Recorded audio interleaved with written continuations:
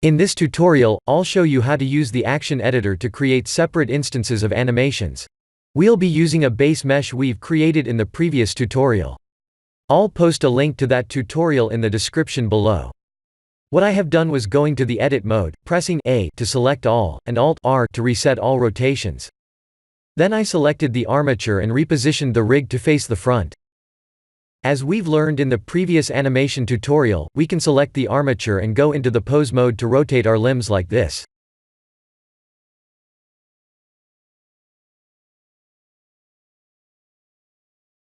Let's create a boxer pose.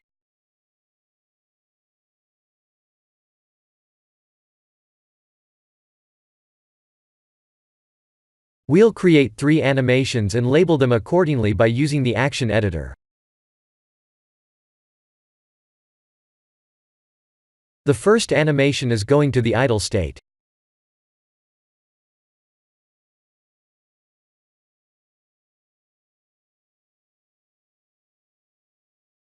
What we need to do is have the boxer mesh to breathe in and out in a tense state, so his upper body should go up and down in a continuous motion. If we try to arrange that animation in our current armature, you'll notice the bones will only rotate and never move up or down. In order for us to animate the boxing stance, we need to disconnect 3 bones from the armature.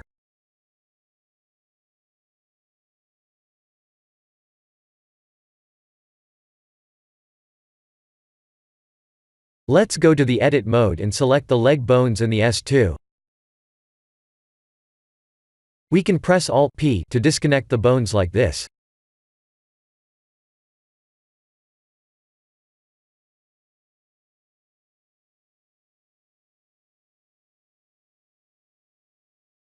Then if we move the disconnected bones, you'll notice they're now freely moving.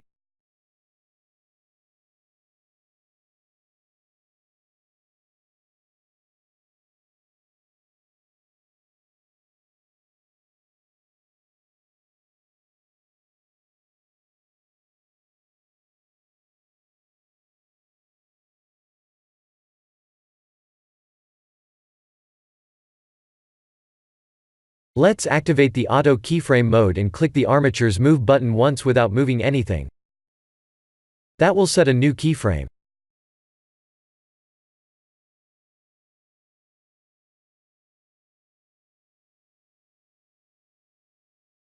Let's go to frame 20, 40 and 60 to do the same.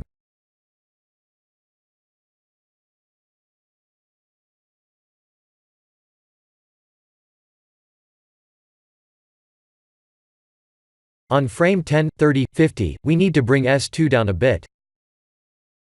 That will create the boxing stance, or idle animation, in our case.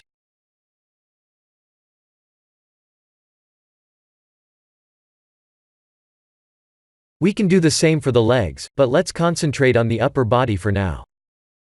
Let's go to the Animation tab.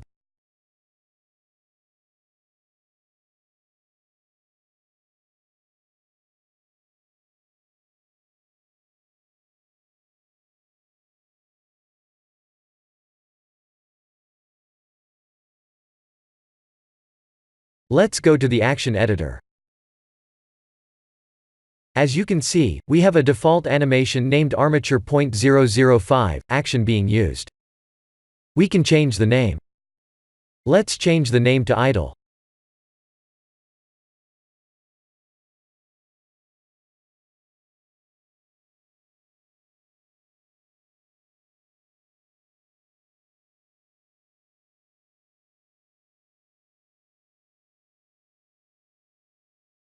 If you look under animation, you'll notice our current animation is set to idle.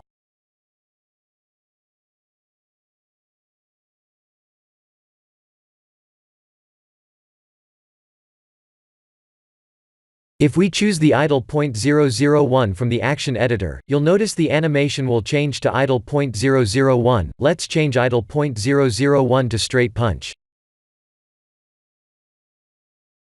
One thing to remember is how the actions are limited to the bones we've selected to animate. In other words, if you go back to the layout window from frame 30 or so, you'll notice the default stance is stuck at 30 when you try to start a new animation. It's important to go to frame 1, before returning to the layout window to prevent that issue. Let's create a punching animation like this.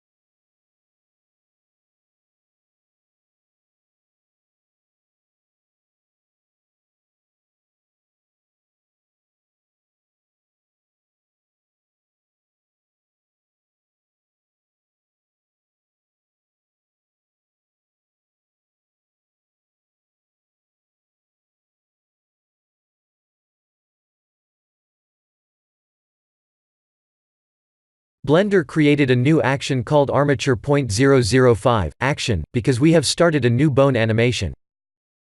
Let's change armature .005, action to spinning punch and change the old straight punch to dodge. This is how we label actions for game engines like Unity or Armory 3D. Please refer to the previous Armory 3D animation tutorial to see the real-life examples.